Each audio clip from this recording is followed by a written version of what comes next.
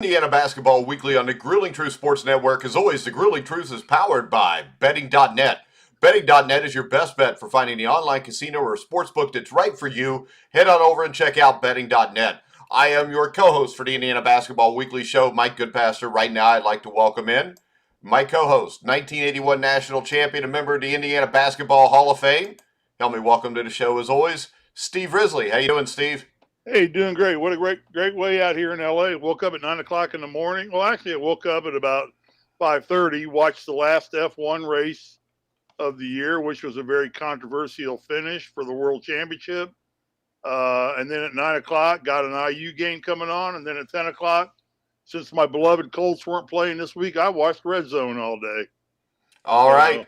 So, and of course, Indiana won today. They dominated Merrimack. We'll talk about that in a little bit, but we're going to start off with earlier in the week. The Hoosiers had their second road game where they had a chance to make a statement. The first one was Syracuse, where they came up short. This one against Wisconsin, in the first half, Steve, they played about as well as they could play. well, they played like I think we all hoped that they would play against opponents like Wisconsin. And of course, we'll talk about Wisconsin here in a little bit in terms of how much relevant Wisconsin's going to be based on what happened to them yesterday in Big Ten play. But yeah, they came out firing on all cylinders. I thought in that game, they set an early tempo. They controlled the tempo up front and made Wisconsin play their style of basketball. Got off to a great shooting half.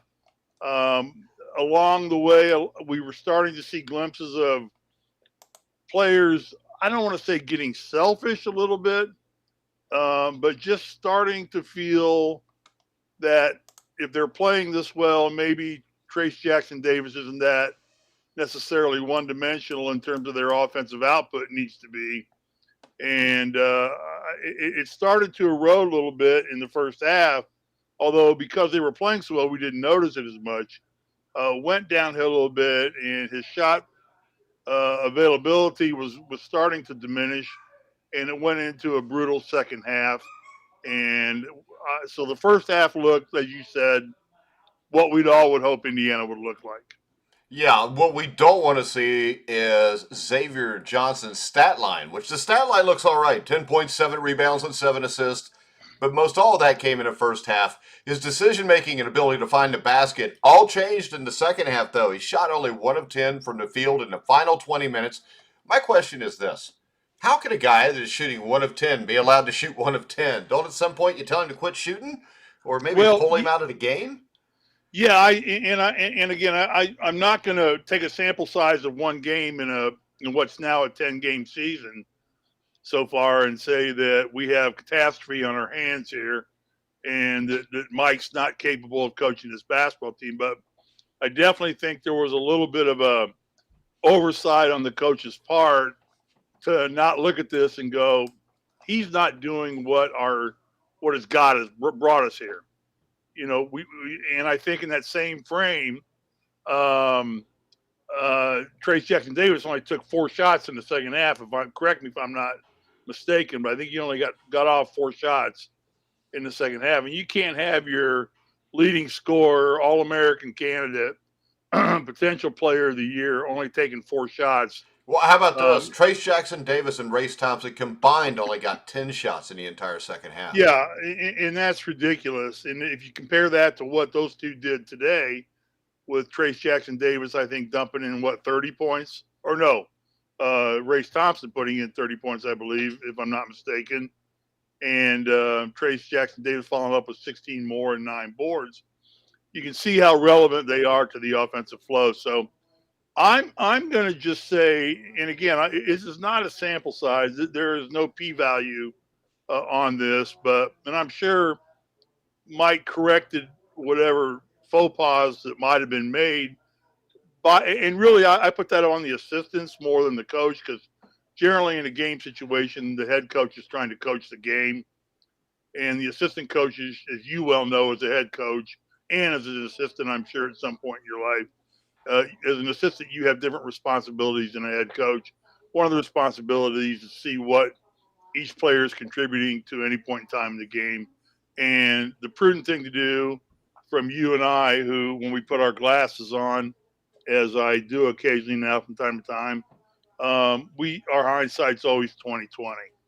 But in the span of the game, it should have. Although I tell you, Woody did not change his starting lineup for today's game.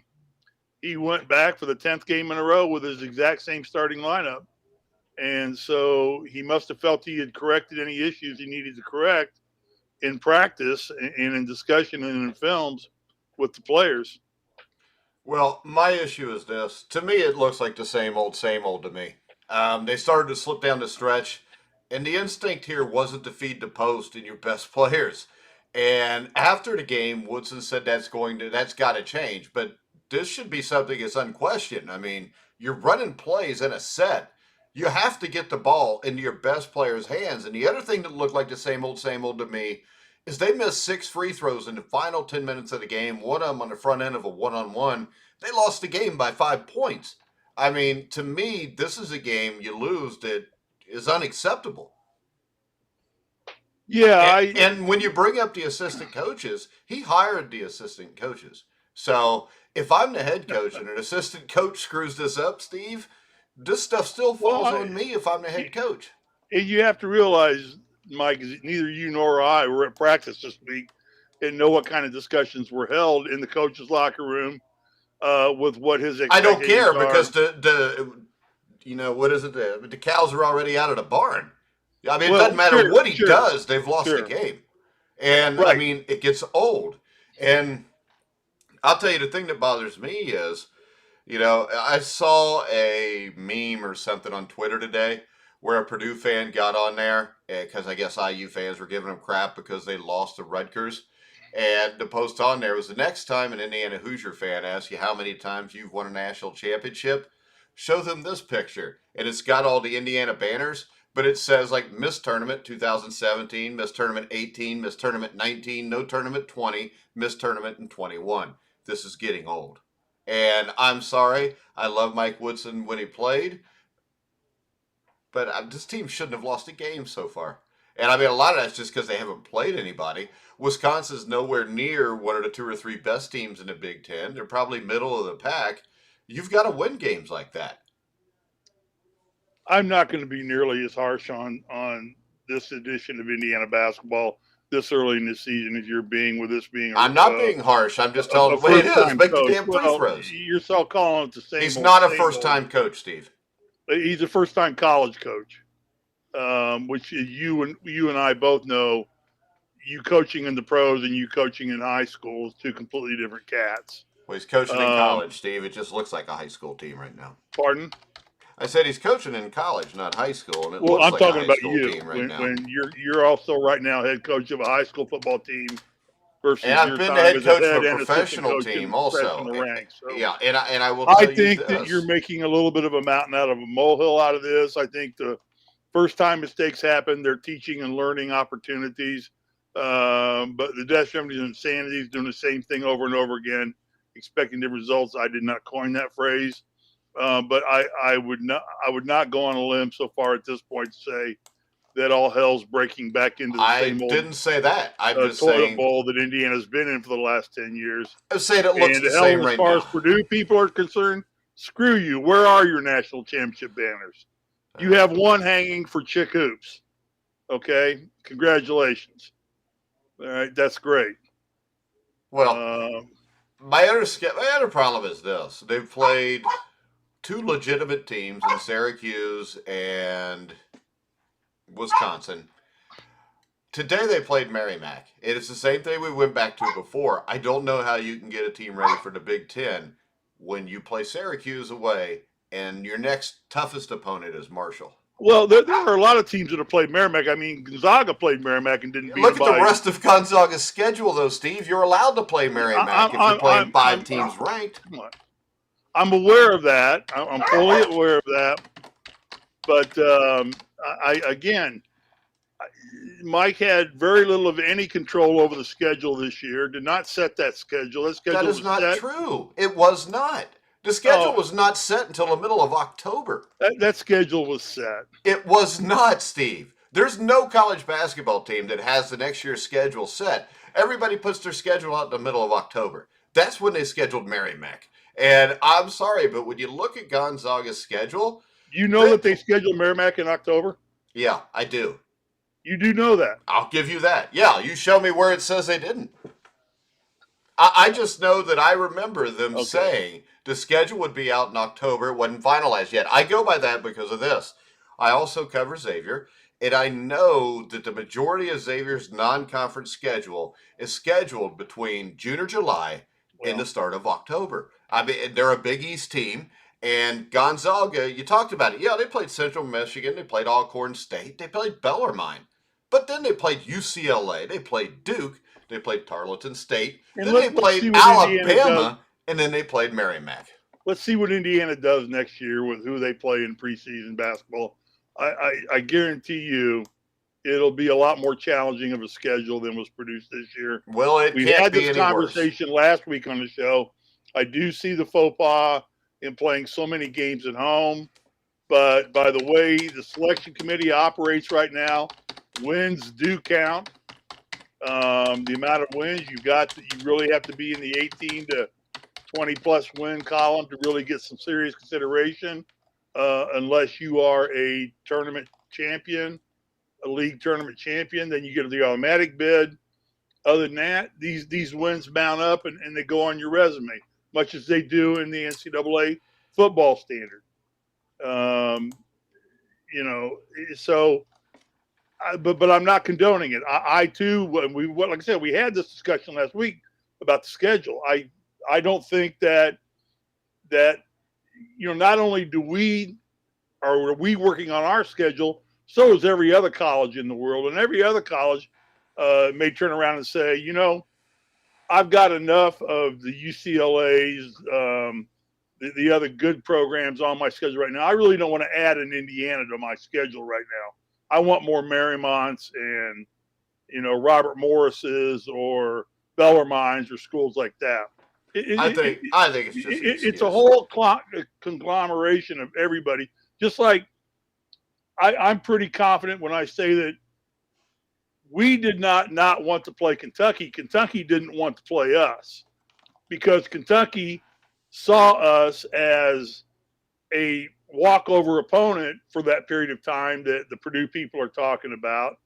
However, they knew we were still dangerous when we were playing Kentucky because of the rivalry there.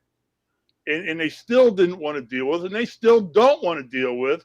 But now as Indiana regains some stature and some strength, they're going to be forced to have to play Indiana again. No, they're not.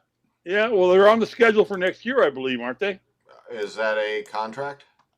I don't know. I thought that the Indiana. See, this is the thing, Steve. That had been agreed to. I understand that Indiana and Kentucky had agreed to start playing each other again in a home and home series, a home and away series, or actually just home and home every other year. That contract or that agreement had been reached. Whether the I's have been dotted and the T's have been crossed, I do not know. Okay, so what you're telling me here is this. All right, follow along. So that adds one big opponent to the schedule right off the bat in preseason. The thing is this, Steve. Notre Dame is ranked, 6th in the country right now or something? No, they're not. Notre Dame's terrible. They're a 500 team that upset Kentucky. Maybe it's a football team. When I look at this, if you try to punch in an Indiana basketball schedule for 2022-2023, you get nothing. Because this isn't college football. This is not done. Exactly, but you said it wasn't. You said Mike Woodson had nothing to do with this, and it's bullshit. He does. Television times haven't been done. Dude, no times have been done because there's no schedule for next year yet. There may be a handful of teams that you've already got scheduled, but the majority aren't right now. There are home and home contracts. There are. Show me one for this there. There isn't, because Syracuse and Indiana was an ESPN thing, right? Right, that was part of the Jimmy V Challenge or the ACC. So give me the game here where Indiana has a home and home with somebody they played this year. This year? Yeah. Probably not. I mean, like I said. No. They'll play Notre Dame. I don't know that for a fact. I don't know if we don't have a home and home with with Merrimack or We whoever we don't. just played We today. don't. Nobody's going to Most Merrimack to likely we play as a don't, but I major. don't know Yeah. that for a fact. I'm just telling you, this, I mean, this is the thing. I love Mike Woodson. I know you love Mike Woodson. You played with Mike Woodson. He's a friend of yours. But we can't just defend somebody for the hell of it. We wouldn't I'm defend not Archie defending Miller him for for the hell this. of it. We wouldn't defend. I know you're not doing it This for the hell doesn't of it. fall on the athletic director sets the schedule for the most part. Oh, Steve, really? So I can tell you this. Every place I've ever been, I know it's just high school or professionally, but when the schedule gets set, if I've got an AD and he schedules a game and I don't know he scheduled it, there's going to be an issue. No, you're going to be consulted, No, it's but just going to be whether I want to play that game or not. And I guarantee you this: they all didn't right, just go schedule games and not ask Mike Woodson if that was all okay. right. So Well, uh, that damage is done. So you're crying over spilt milk. I'm not crying over So spilt yeah, milk. you I'm are telling because you what the the schedule's issue set is for right this now. year. Well, That's we'll what the see. issue is. If that happens again next year, then it's shame on Mike and the AD. Well, and Robert Carter says, "Hey," he Hey, said, Robert, "we need real men's yes or no." Huh? real men's. I don't know. But he I also don't says, know. "Go IU." We'll finish on that because I understand that. Yeah. All right, today Indiana dominated Merrimack. The thing that I came away from that was Race Thompson. I think Race Thompson's a guy that we've seen in small game by game things where we see he could really play. But I think over the last few weeks, really over these 10 games, he scored in double figures for his fourth straight game Sunday. He finished with 14.7 rebounds. During that 4 game stretch, he's done a lot of damage inside, averaging almost 14 points per game and 10 rebounds. He's averaging a double double. So I think this Brace Thompson here is a wild card. And I know I just complained about the schedule. I think that is why they lost these 2 games. I think if they'd have played a tougher schedule, and I'd just go to Marshall just so you get your feet under you. I think they'd have won at least one of those 2 games. I think this team is fine. I think this team's going to make the tournament. I think Race Thompson is a big reason for that because once they get the guard situation settled in, that front court's as good as about any in NCAA basketball with Race Thompson and Trace Jackson Davis. Yeah, both those two players definitely play taller than 6'8". Both of them do. But again, you can look at the stats and it tells you a lot. First off, I thought for today's game, just some observations based on the Wisconsin game. We did not, I believe, control the tempo at the start of this game. I believe we let Merrimack control the tempo to start with. Merrimack definitely wanted to slow the ball down on us and get a much slower pace going than what we wanted to do. We wanted to run the ball in the first half. I thought, what were the first half points that were put up by Indiana? They were in the 30s, I believe, weren't they? 36-30, and yet we score 81. So we score 45 points and hold them to 19 when we take over in the second half and start to control the tempo of the game. So I think it becomes more and more prudent as Indiana gets into this. And I don't have. Do you have the Wisconsin stats pulled up? I did have, but I took them down because I thought we were done talking about them. Well, I just wanted to compare some numbers in there and see what we got out of that. But again, I can tell you right off the bat, what's a little concerning to me is that I look at Trace Jackson Davis and I look at Race Thompson. We put up 81 points. Davis gets 10 shots in the game, and Race Thompson only gets 6 points. And they score 30 points between the two of them. So again, I don't feel that's an adequate number of shots for your two big players to be getting. What did you want on the box score from Indiana, Wisconsin? I do have it up. Well, shooting percentages. How did we shoot in the first half and second half? Doesn't give me that split. Overall, though, I think it was something crazy. We shot like at one point in the Indiana Wisconsin game. I think IU had shot or was shooting like 60% or 70% at one point, even from 3-point range, and then it just kind of fell apart. And to me, Yeah. that's a direct correlation with point guard play. I could be wrong. It also could be the fact that if you shoot 70% in the first half, you're probably not shooting 70% in the second half, and things like that are going to even out unless you're the 1985 Villanova Wildcats in the national championship game against Georgetown, where I think they missed one shot the entire night. Right, and I say that because I thought Wisconsin put up as strong of a defensive effort against Indiana as I've seen all year. Really, And the Wisconsin is a Syracuse good game team. was when you lose a game 112 to 110. That's more of an offensive onslaught by both teams. I know it went double overtime, but still the overtimes you're only adding 10 minutes to a game. Just 2 5-minute overtime periods, and I don't, the defense wasn't there on either team. We talked last week about Syracuse coming out hotter than a pistol with all of the Bayheim boys um, shooting lights out. And then, we go to Wisconsin, and again, we muster an incredible offense in the first half, and then we come back into the second half. And I don't know what it is with the timeouts, what's being said in the timeouts, but it seems like the team comes out deflated in the second half most times. Now, this game, they did just the opposite. I thought they had a deflated first half, came out in the second half and lit things up and got control of the game and ran their own offense and ran it how they wanted to do it. It shows, 50% shooting in the first half from the 2-point range and 51% or 53%, almost 54 in the second half. So our shooting improved, which means our shot selection probably got better. Game total 51.9. Shooting was good. Opponents wise, Merrimack was only able to muster 34% in the first half, 24% in the second half. So by picking up the tempo and controlling the tempo of the game, the whole effort of the game steps up, including defense. And I thought this team had gotten kind of a little bit lethargic defensively. And again, it could be to the level of the opponents that we're playing. They look sharper defensively tonight or this morning. But again, I credit a lot of that to probably who we were playing as much as anything.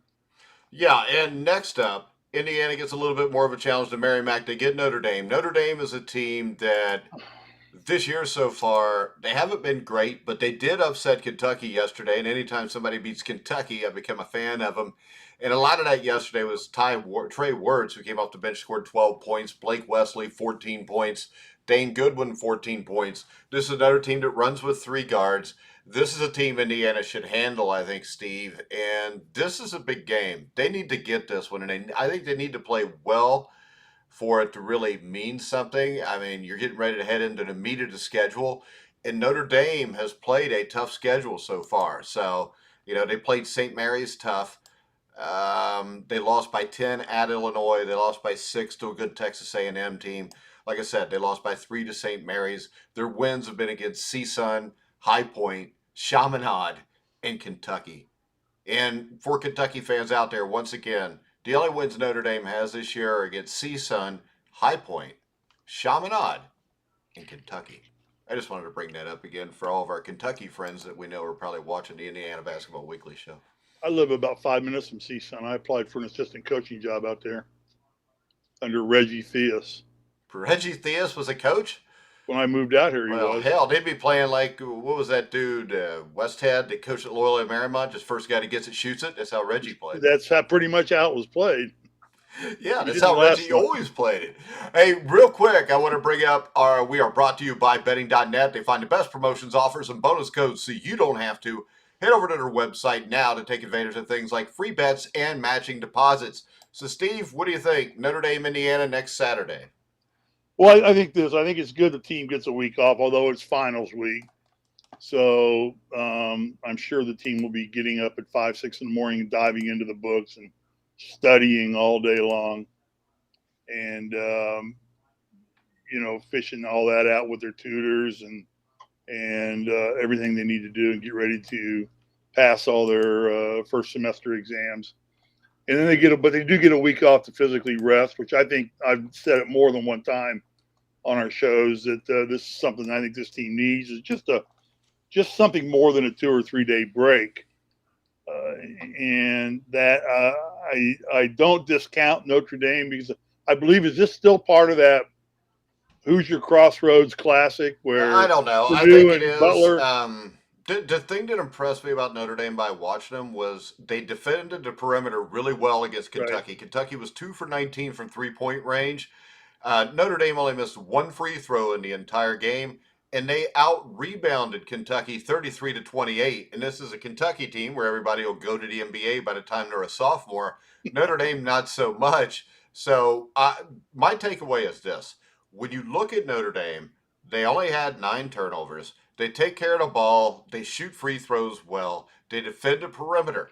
So against a team like that, Indiana has to play well, or they're going to find out why Kentucky lost to Notre Dame. Oh, I think it's a real possibility real quick, because as I was getting ready to say, this game is what I call really more along those lines. It's a rivalry game. Basically, Notre Dame can get some redemption for their season real quick by going to what's the place even called now? It's not Banker's Life. It's not Conseco anymore. No, I've been out of Indianapolis for 5 years, so what is the stadium even called? I don't live in Indianapolis. I don't remember either. I just still call it Market Square Arena. I just start calling. I still go with Conseco.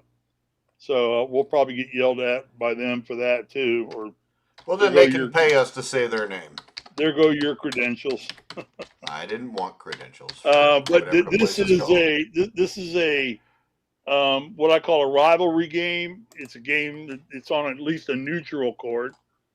Although I think the bulk of the people will be an IU fan base, but they will have to get back in a hotel room. They will play an opponent that obviously, if they can beat Kentucky, they're more than capable of beating Indiana.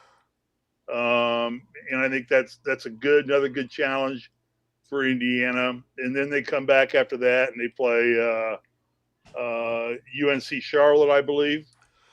And then they pretty much dive into the Big Ten. Well, actually, they played Northern Kentucky University from my neck of the woods December the 22nd. That's next Wednesday. Then they play UNC Asheville on the 29th. And then they go into Big Ten. The interesting thing here is you get the Notre Dame win. You get NKU, Northern Kentucky. They've been good they made the play a tournament, I think, 2 of the last 4 years. They're not as good as what they were, though. Then you've got UNC Asheville. You got Penn State at Penn State. Penn State's not that great this year. You host Ohio State. Ohio State's a solid team. I mean, hell, they beat Duke the other night. They host Minnesota. They go to Iowa. Iowa's not what they have been. They go to Nebraska. We've already seen Nebraska's not that great. And then you host Purdue. So really, until you host Purdue on January 20th, there's 2, 4, 6, 8 very winnable games, which then all of a sudden you're sitting at like, 16-2 or something, and things are getting real interesting around here because you host Purdue and you follow that up by 2 days later or 3 days later hosting Michigan, then Penn State again. This schedule actually sets up really nice for Indiana when you look at it, because there's not too many, even though the Big Ten is pretty good this year, there's really, I mean, until you get to like February 12th, you go to Michigan State, then you host Wisconsin on the 15th, you go to Ohio State on February 19th, then you host Maryland, really until you get to the middle of February. There's a bunch of winnable games here where this team could get into those last 7 games and already be sitting at 15 to 17 wins. Yeah, do we even go to Mackey this year? Do we go to Purdue? Yeah. Last game of the season, March 5th. Last game of the season is at Mackey. Yeah. Okay, that could end up being a fairly important game. That's a tough place to go play for your last game of the season if you are on some kind of bubble trying to get in dance. The thing that I was going to say earlier, though, was I'm not going to say that Wisconsin throttled us. I thought that we outplayed them clearly in the second half, but we couldn't sustain that effort, which I got to look at a combination of coaching and player commitment to that, and the faux pas of not managing your times for players in the game and players that are contributing effectively and not. But then they turn around Wisconsin and goes and gets throttled heavily by Ohio State yesterday. Yeah, but Ohio State is really good. Ohio State beat Duke. I think their only loss before that was to Xavier, who's ranked in the top 25. I think they're like number 20 now. So, I mean, when you look at the fact that they beat Duke, they lost at Xavier in a close game. Ohio State's pretty good. I think Wisconsin's still a good team. I think they'll get to 20 wins. They'll be a tournament team. But we are better than Wisconsin, I believe. I believe so, too. But I think you're going to find probably a little bit more balance in the Big Ten this year than we may have seen in the past few years. Yeah, it's not very – I don't think the big of Purdue. I think Purdue is definitely the class of the Big Ten. I don't take the Wisconsin thing. How they lost to Wisconsin, or not Wisconsin, I'm sorry, Rutgers on basically a half court Hail Mary shot. But then those will say number one team in the country shouldn't be in that position. But Rutgers is a good team. I mean, we saw I that think every last Big year. Ten team is more formidable than Merrimack or any other preseason team we played other than maybe Syracuse. Yeah, And maybe that's what they're in line Marshall. for. Marshall might be to hang out with the bottom of the Big Ten. Yeah, maybe. I mean, I don't know. I I'm think they talking would like the definitely be Northwesterns. at the bottom of the Big Ten. Right now, the highest ranked Big Ten team. This is from the AP poll that came out like 4 hours ago. Purdue is ranked number 5. Michigan State is now up to number 10. Yeah. Yeah, so this is Ohio State is 18th. And see, to me, that's the absolute fallacy of these rankings crap. And Wisconsin's number 25. So How there's does only the team, really 4 teams How ranked. does the team go from being number one in the country to getting beat on a last second buzzer on a road game in a conference game and then drop to number five in the country? These damn rankings don't mean diddly squat. How about this? I could see it if you dropped them to 4. I don't know how you drop them below Duke because Duke was coming off a loss to Ohio State at Ohio State where they were actually up 8 points with like 5 minutes left and lost by 5 to Ohio State. I think, though, when I look at this, I think the top 5 teams in the country, the way they got them ranked, are probably the top 5 teams in the country, though. I mean, you got Baylor, Duke, UCLA, Villanova, and Purdue. Then you got Gonzaga. Arizona, who's undefeated, beat Illinois, I think, yesterday, at Illinois. Alabama. Actually, I think these rankings are pretty good from what I see here compared to what I usually think of them. I know in our heyday, we never discussed rankings that much and never put a lot of value on them. There wasn't social media either in your heyday. No, there wasn't, right. And they weren't factored in. Saragan was the only thing, and I don't know if the rankings on the Sagrants. I don't think these top 25 things mean anything either. I think it is all the net rankings and all that. Yeah, crap, it's all for advertising purposes. Yeah. I think the things that are still a little concerning to me, you're looking at the seasonal stats so far, still averaging over 15 turnovers a game. That's high for an Indiana basketball team where Mike wants that to be. We're only creating 12 turnovers a game. So defensively, we need to be getting back into the passing lanes. And again, this is against mostly weaker opponents. Yeah. Too. You're not talking about advanced offenses or, well, that's not to say these teams can't have advanced offenses, but the execution of an advanced offense and advanced talent. The same token of the imagine there. Rebounding wise is strong. We're out rebounding our opponents by 10 rebounds a game, which is always once again, good. Weaker competition. So yeah, weaker competition. So really, I don't think it's really hard to give a breakdown of what's going on to all the people that do listen to us. I would give you this, Steve. I think they have a lot better shooting team. I think they are better defensively. Yeah. The turnovers and the free throws still worry me. But overall, just those two things being better makes me feel a lot better about where they are now as opposed to where they've been any time in the last 6 years. Agreed. I think this is the best edition of Indiana basketball to date that we've seen in the last 5-6 years. Well, since 2000, what was it, 16 when they went to the Sweet 16? Yeah, was that with Crean? Was that Crean's one of Crean's last years? Yeah, this team right now looks about as good as Crean had him in his. And team. I might be off a few years there too, but I'm just going off memory. But definitely farther advanced than. I remember the 70s and 80s better than I do the last 10 years. Yeah, than Archie Miller had ever gotten this program. So I still think everything's positive. Again, I'm not going to pass any judgments off of one game. I think that, again, Wisconsin game, we saw some coaching mistakes made possibly, but it seems to be corrected. Johnson seemed to be a little bit more under control, definitely. And I credit Mike for believing him enough that he didn't bench him. That's not always the right thing to do. It's just to bench somebody for making a mistake. Now, if he comes back and does it again, then he's dropped to the bottom of the rotation and picks his minutes up where he can. But I think that's a good sign. All in all, I think that the point guards here need to realize where our scoring strengths are and where they come from. And we need to be looking more that Thompson and Trace Jackson Davis are getting more than 16 shots combined a game. Yeah, they definitely have to get more than 16 you shots a aren't game. going to win in the Big Ten if those two players are only taking 16 shots a game for you. No, you'll occasionally win games where Xavier Johnson gets hot or something, but Right. that's not going to happen every night.